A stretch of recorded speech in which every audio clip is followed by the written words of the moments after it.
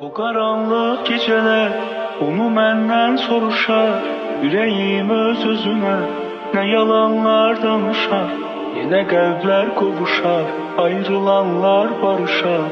Yenə halım pərişan, onu mən gözləyirəm.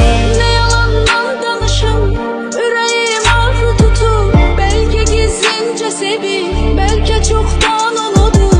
Soruşurlar ne olur, seni iller mi yorur? Kimse bilmir halımı, onu mən gözləyirəm. Bitmir gecələr,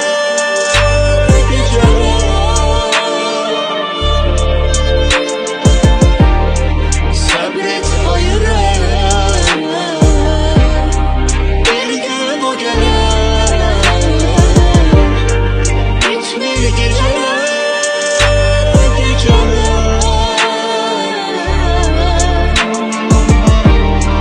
sabret hayırlar. Bir gün o gelir.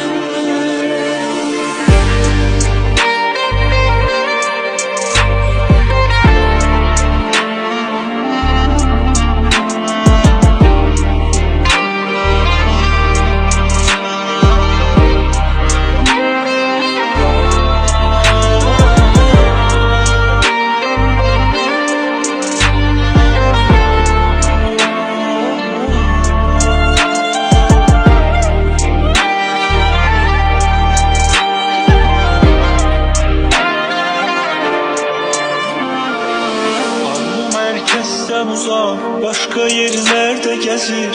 Nə olur anlamıram, sanki günlər tələsir.